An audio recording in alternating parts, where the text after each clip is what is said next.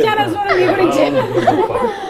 అలాగా చాలా అమ్మా నువ్వు మంచి స్టూడెంట్ లా ఉన్నావు చెప్పమ్మా. చాలా సిన్సియర్. ఆ పిల్లోడిని కొంచెం మంచిగా ఇన్ఫ్లుయెన్స్ చేయమ్మా ప్లీజ్. వీళ్ళిద్దరికి కూడా బాలేవు. ప్రతి 2 years OTT బ్యాచ్ కదా. the OTT batch actually the same family tree. Correct, family tree.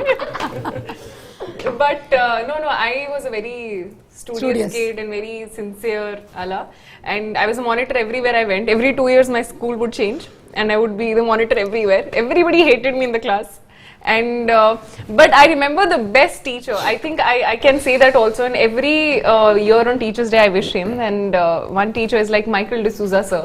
He really changed my life in the sense, like, you know, assemblies nobody would listen. I mean, who listens? Assemblies are like a mandatory thing, but I would always wait to hear him say something or the other, and everything that he said is like registered in my mind. Great. And you know, teachers really shape you. Yeah. And we don't realize it, but unknowingly we do look up to them in certain ways, and I think that's how he shaped my life in that space. ఏమంటారు వెంకటేష్ గారు? ఏమంటారు? బంద్గా plan చేసి ఇది teachers shape you. ఒరే వీళ్ళందరూ కూడా చదువులు finish అయిపోయి కొన్ని సంవత్సరాలు అయిపోయిందిరా. ఇప్పుడైతే నువ్వు చదువుకుంటూ ఉన్నావు కాబట్టి మీ టీచర్ గారి గురించి చెప్పరా నువ్వు?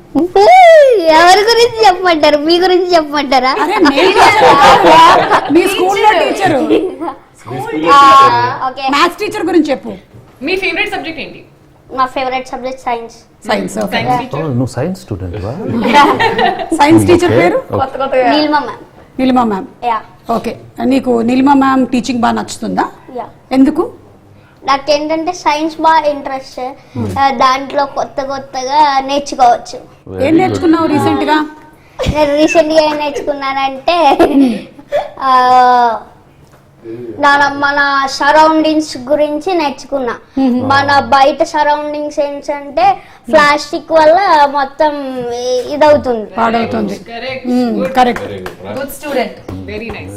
చూసావారా, అందుకే ఇవాళ ప్లాస్టిక్ గ్లాసులు వాడలేదు అంటే ఉంటాయి వల్ల. గ్లాసులు వాడాం.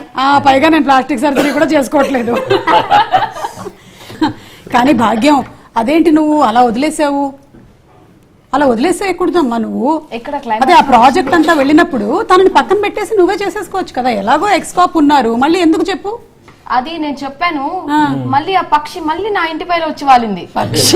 పక్షి ఇప్పుడు అది ఏం చేస్తారో ఏంటో అనిల్ గారి చేతిలోనే ఉంది. సో నెక్స్ట్ ఎప్పుడండి? మళ్ళీ సంక్రాంతికి వస్తాం. లేదు, మేము మొన్న చెప్పాం కదా ఉగాదికి వస్తున్నాం. మళ్ళీ సంక్రాంతికి వస్తాం.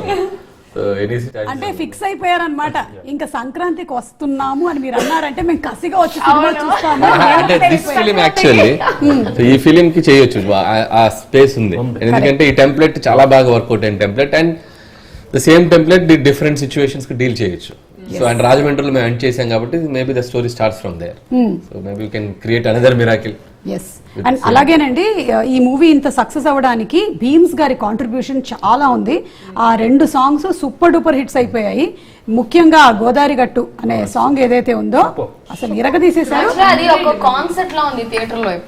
అందరూ వెళ్ళి డాన్స్ చేయడం కాన్సెప్ట్ లాగా అయిపోయింది. Like they think it's like a festival in the theatre. It's okay. Michael D'Souza sir, Michael D'Souza right student, Michael D'Souza sir.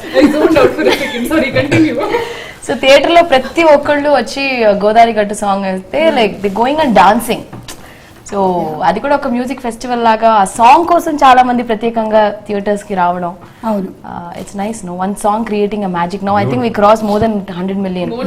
Yes.